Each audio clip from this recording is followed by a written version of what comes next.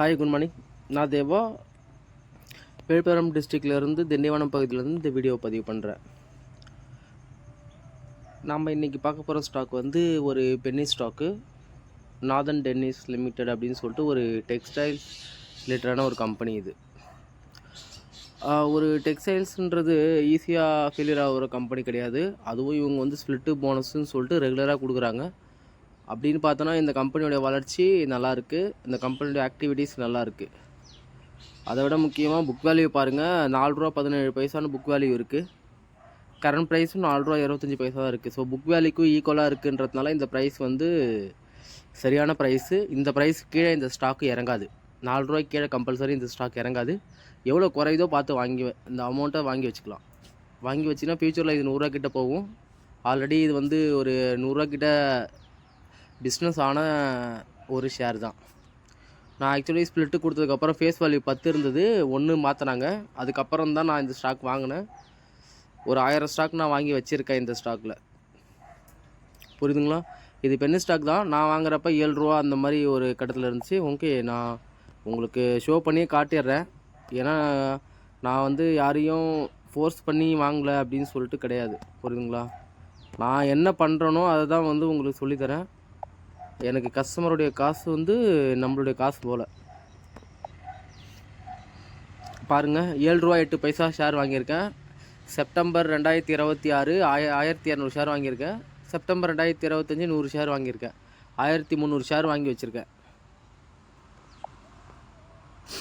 நான் அது லாபம் நஷ்டம் அதெல்லாம் பார்க்கலங்க. இன்னைக்கு டேட்டில் இது லாஸில் இருக்கா அதெல்லாம் பார்க்கவே இல்லை. ஒரு ஸ்ப்ளிட்டு போனஸு கொடுத்ததுக்கப்புறம் அந்த கம்பெனி ஷேரு இறங்குன்றது எனக்கு நல்லாவே தெரியும். என்கிட்ட கேஷ் இருந்துச்சு, நான் வாங்கி வச்சேன். இந்த அமௌண்ட்டு எனக்கு இன்றைக்கி தேவைப்படலை. ஓகேங்களா? அந்த அமௌண்ட்டு நாளைக்கு எனக்கு தேவைப்படாது. 1 வருஷம் 2 வருஷம்லாம் நான் எடுக்க மாட்டேன். அது என்னுடைய செட்டில்மெண்ட் அமௌண்ட்டு அது மாதிரி வச்சுருக்கேன். ஒரு சேவிங்ஸ் அமௌண்ட் மாதிரி நான் இன்வெஸ்ட்மெண்ட் பண்ணுறேன்.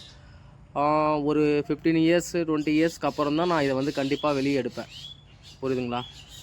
ஓகே, பக்கத்தில் ஒரு குயில் கத்திக்கிட்டு இருக்குது, தப்பாக எடுத்துக்காதீங்க. அந்த வாய்ஸ் வந்து குயிலோட வாய்ஸ். ஸோ புக் வேல்யூ வந்து ₹4 ₹17 இருக்குது. ஸோ நல்ல கம்பெனி. டிவிடெண்ட் கொடுக்கல. ஃபேஸ் வேல்யூ 1 இருக்குது, அது 10 இருந்துச்சு, 1 மாற்றிட்டாங்க.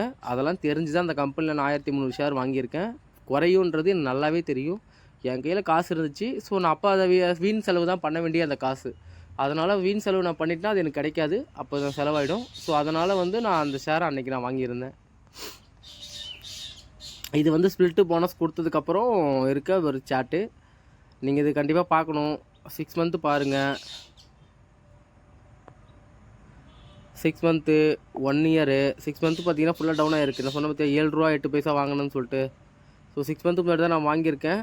ஸோ அதெல்லாம் நீங்கள் கன்சிடர் பண்ண வேண்டாம். எனக்கு மைனஸாக இருக்குன்னு கன்சிடர் பண்ணாதீங்க. கம்பெனியோடைய ஃபண்டமெண்டல் எப்படி இருக்குது, அந்த கம்பெனியோடைய ஆக்டிவிட்டீஸ் எப்படி இருக்குது, கம்பெனியோடைய அந்த போனஸு ஸ்ப்ளிட்டு டிவிடெண்ட் கொடுக்குறாங்களா, நல்ல கம்பெனியாக, ஃபண்டமெண்டலாக அதுக்கு நல்லா இருக்கா, நம்ம இன்றைக்கி ஒரு ₹1000 போட்டோம்னா அது நாளைக்கு நமக்கு ஒரு மல்டிப்புளாக கிடைக்குமா அப்படின்னு பார்க்கணும். நம்ம இன்வெஸ்ட் பண்ணுற கம்பெனி வந்து ஃப்யூச்சரில் நிலச்சிருக்குமா. ஒரு துணி ரிலேட்டடான கம்பெனி வந்து ஃபெயிலியர் ஆகிறதுக்கான பாசிபிலிட்டி கிடையாது. அந்த செக்டார் கண்டிப்பாக நல்லாயிருக்குன்றது ஒரு நல்ல விஷயமாக பார்க்குறோம். இவங்க கம்பெனியோடைய கடனை வந்து குறைச்சிக்கிட்டே வராங்க. புக் வேல்யூவில் ஓகேவா, அது நான் சொன்ன புக் வேல்யூ தான் ஈக்குவல் பண்ணி சொல்லியிருக்காங்க. குட் குவார்ட்டர் ரிசல்ட்டு நல்லா இருக்குன்னு சொல்லியிருக்காங்க. இது வந்து ஒரு டெக்ஸ்டைல்ஸ் கம்பெனி, இவங்க கூட இருக்கிற கம்பெனி, அந்த ஈக்குவல் கண்டிப்பாக இது போகும். அங்கே இருந்த கம்பெனி ₹100 இருந்த கம்பெனி தான் ஸ்ப்ளிட்டு கொடுத்து இந்த இடத்துக்கு வந்திருக்காங்க. சேல்ஸ் பாருங்கள், 32 கோடி லாபமாக இருக்குது. ஓகேங்களா? 850 கோடி சேல்ஸ் ஆகும், எக்ஸ்பென்சிவ் 817 கோடி. ஸோ 32 கோடி லாபமாக இருக்குது. ப்ராஃபிட் லாஸும் நீங்கள் பார்க்கலாம். 2010 கோடி மார்ச் ஓடி 2024 இது 2010 கோடி வந்து சேல்ஸ் ஆகும், எக்ஸ்பென்சிவ் இது 118 கோடி ப்ராஃபிட்டில் இருக்குது. பேலன்ஸ் ஷீட்டு ரிசர்வ் அதிகமாக்குறாங்க பாருங்கள், பாரோவிங்கி குறைக்கிறாங்க, other liability okay. Debit days 68 நாள் குறைச்சிடுறாங்க, நல்ல விஷயம் கம்பெனிக்கு. ஷேர் ஹோல்டிங் பேட்டர்ன் பாருங்கள், ப்ரொமோட்டரை வந்து 51% வச்சுருக்காரு, எஃப்ஐ வந்து 58%, டிஐ 1.48%, டிஐ வந்து கடந்த 3 குவார்ட்டராக இல்லை, லாஸ்ட் 2 குவார்ட்டர் இன்க்ரீஸ் பண்ணியிருக்காங்க. எஃப்ஐ வந்து மார்ச் குவார்ட்டரில் 48% ஆகும், ஜூன் 60, செப்டம்பர் 57, 58ஆகவும் இருக்குது. கவர்மெண்ட்டில் 1% இருக்குது, பப்ளிக் கிட்ட 46% இருக்குது. ஸோ இது வந்து நல்ல விஷயமாக பார்க்கப்படுது.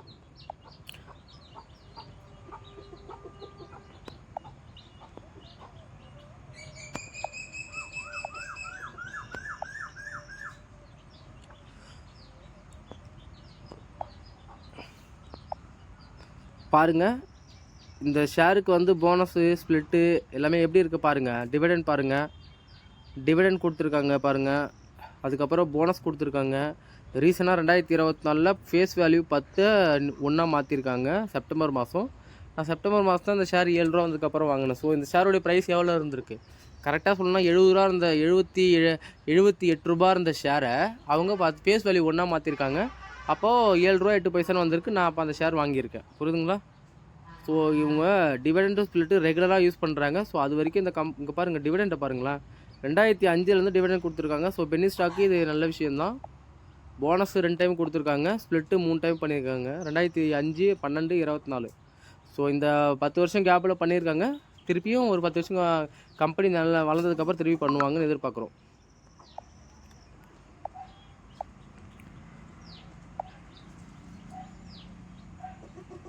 டீல்ஸ் பாருங்கள், நிறைய பர்ச்சேஸு சேல்ஸ் இருக்குது. இது ப்ரொமோட்ரு, ஓகேங்களா? ஸோ நான் ஆல்ரெடி ஷேர் ஹோல்டரிங் பேட்டர்ன் உங்களுக்கு சொல்லியிருக்கேன். ஃபண்டமெண்டலாக இது வந்து நல்லா இருக்குது அப்படின்னு சொல்லிட்டு மார்க்கெட் கேபிட்டல் 610 கோடி இருக்குது. 614 கோடி மார்க்கெட் கேபிட்டல் இருக்குது. ஸோ இது வந்து ஒரு மிட்ரேஞ்ச் கேப்பில் தான் வருது, ஓகேங்களா? மிட்ரேஞ்சு ஷேர் கம்பெனியில் தான் வருது, ஸ்டார்ட் அப் கம்பெனி கிடையாது. டெக்னிக்கல் அனாலிசிஸ் பாருங்கள். சப்போர்ட் எந்த இடத்துல இருக்குது பாருங்கள். சப்போர்ட் 1, சப்போர்ட் 2, சப்போர்ட் 3, ஓகேங்களா? ஸோ இது கீழே அந்த அமௌண்ட் குறைய போகிறது கிடையாது. ரெசிஸ்டன்ஸ் வந்து 551, 551 கீழே வந்து போயிடுச்சுன்னா அதை விற்றுடலாம்.